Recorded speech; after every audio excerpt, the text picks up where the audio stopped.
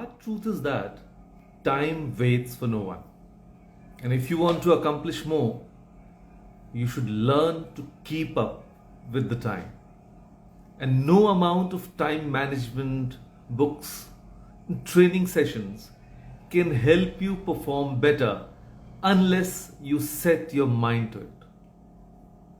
It's not enough to collect the best time management practices and approaches until you recognize your flaws.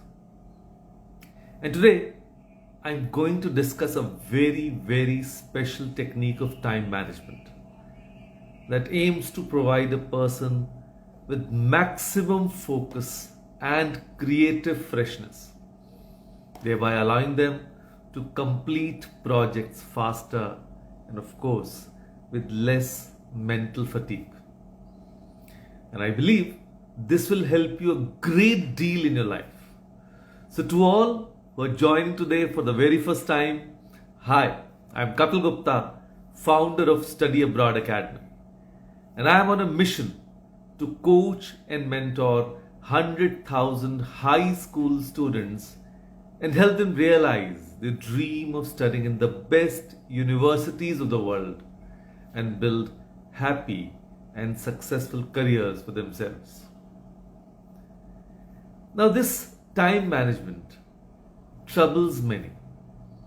Many don't have a clue, or they have not been successful in actually managing, because we say managing time means managing life. So today I'm going to introduce you, I'm sharing it once again, a very powerful time management technique known as the Pomodoro Technique that will help you manage your time efficiently. So I believe all of you, if want to note down, please go ahead. And I believe that everyone wish to solve this problem of time management but are not able to do it. And obviously we do make some very, very common mistakes. Like, we try to be a perfectionist. Now, there's nothing wrong in being a perfectionist, but in order to produce high quality work, such people lose track of time.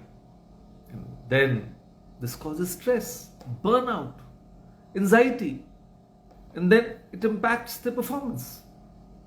And many times it might not be wrong to be comfortable with imperfections too.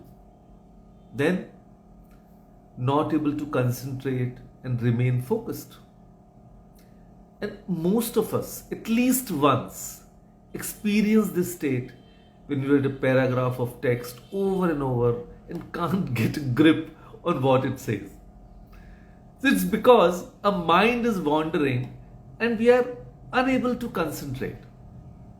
Then, third one, that is not able to schedule our tasks effectively. Now, this is very important. You cannot manage your time and focus if you prioritize the wrong things and invest time into the wrong goals.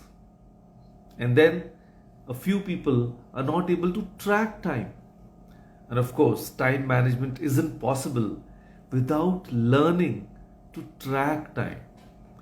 So it might sound difficult, but once you implement it into your routine, it will reveal unexpected trends and insights. And then some people would say, I'm not able to cope with stress. Stress management and time management often go hand in hand. So if you wait until the last minute to complete your task at hand, fail to plan ahead and prioritize, then you're more likely to feel stressed. Then some have problem that they are bad at estimating time. Most of us tend to underestimate how long projects and tasks will take us to finish. Now, this phenomenon is called planning fallacy. And then not managing distractions. Now, by distractions, I mean like emails, notifications, social media, paper clutter, And then there are thousands of articles on the internet on how to manage these. But in reality, on top of this, we are distracted from important work by other lower priority work. And it happened to us, all the time. And it happens to all of us. So these points were actually difficult to manage even for me. So I'm the sort of a person who would sit for hours and hours in front of the computer. And I used to measure my productivity by the number of hours spent on my laptop instead of the tasks completed. And I believe many of you also do that. Many students say, "Oh, I studied for so many hours," without realizing that how much work has been completed. So, because the students spend time, in the school, the tuition, and they feel they can't do more. The truth is, results aren't there to show even for them. But after hearing so much about the Pomodoro technique from friends, and then there's a friend of mine, Venecia Credo. Yeah, she's a mid-career consultant and really good at her work. She also informed me about it. So I decided to give it a try. The process is very simple. So you listen to me very carefully. Step 1. Choose a single task you'll focus on and write it down. Simple. Step 2. Set the timer to 25 minutes. Now each 25-minute work period is called a Pomodoro. Now if you are wondering what Pomodoro means, so I'll say it's an Italian word used for tomato. Now Francesco Cirillo named this method Pomodoro because he used a kitchen timer shaped like a tomato as his personal Pomodoro timer. Isn't it interesting? Okay, going to step 3. Work on the task until the timer rings and put a check mark on your paper. In step number 4, take a short 5 minutes break. Relaxing. Then step 5, work for another 25 minutes.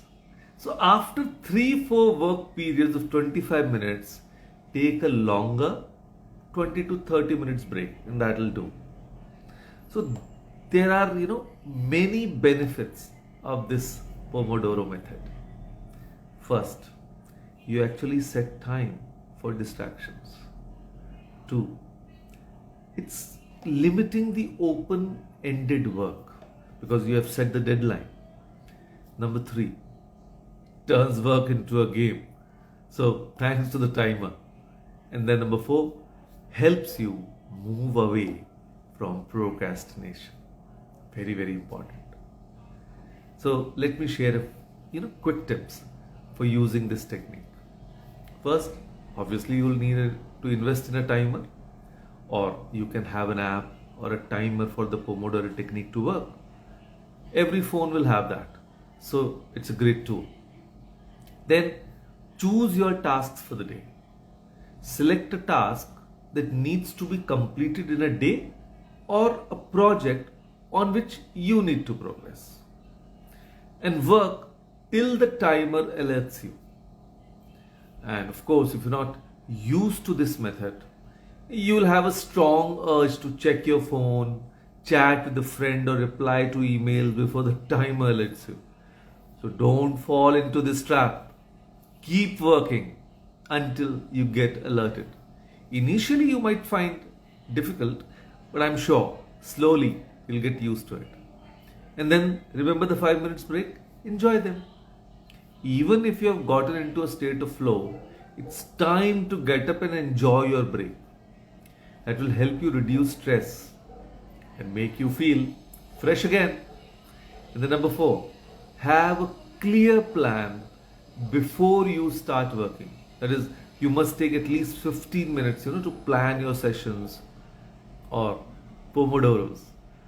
Prepare a to-do list and then record the number of Pomodoros that every task will take. So, be very clear.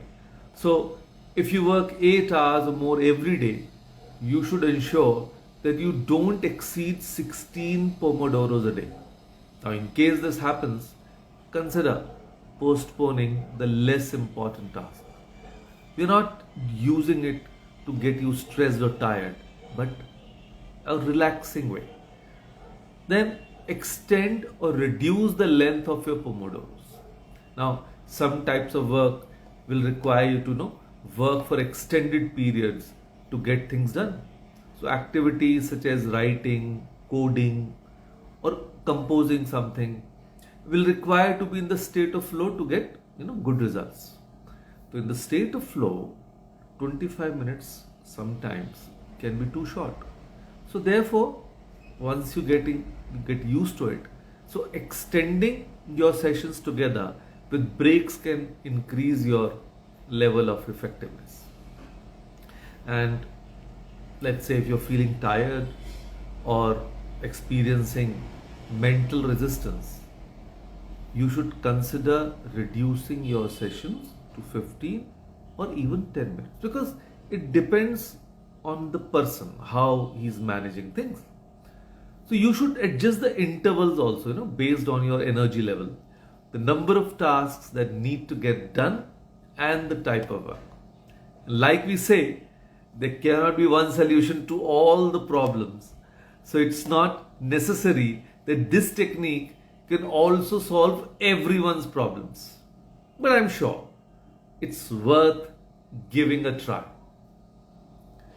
And yes, if you need clarity, want to, reach out to me, I'm Kapeel Gupta, your study abroad expert. And of course, links are given in the bio. So, until the next episode, cheers, God bless, keep inspiring, bye.